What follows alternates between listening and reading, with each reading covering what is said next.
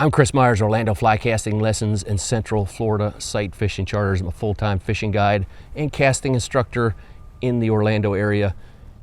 I'm going to show you today how you can improve your roll cast to make sure you're getting more distance and having your line and leader straighten out consistently instead of every once in a while, and do that with a lot less power than you may be currently using. If you're struggling to get your roll cast to straighten out, more than likely, not only is your rod tip going around in a circle, you're probably doing it harder and harder and harder in an attempt to get it to go out farther and get straight, and it looks something like this, where maybe once in a while you hit one just right and it kind of straightens out, but I'm going to do quite a few here, and see, none of these are straightening out. I'm putting a lot of effort in, not getting much result. If we treat the roll cast the same as we would make a cast if my line was straightened out on the ground behind me. So if I think about my roll cast and now my line was up in the air, straightened out behind me, I'm just making a normal forward cast. Well, what I do, my tip would be up here, my tip would stop out here, I would get that loop heads out towards my target. I'm do the same with my roll cast.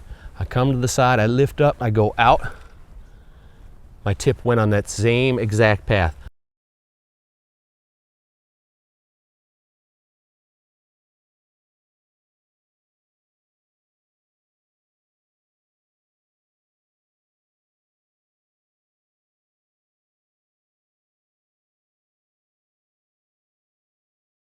I like to sweep it to the side to get the hook and the line away from me. Out, straightens out. I am going in a straight line, which allows me to form the loop.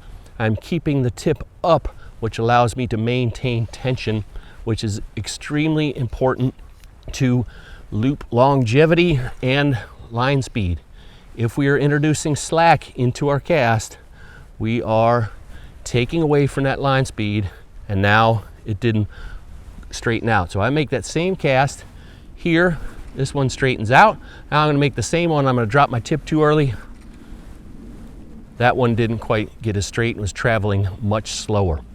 So your roll cast, your tip must go in that straight line, and you must maintain the tension until it's just about straightened out.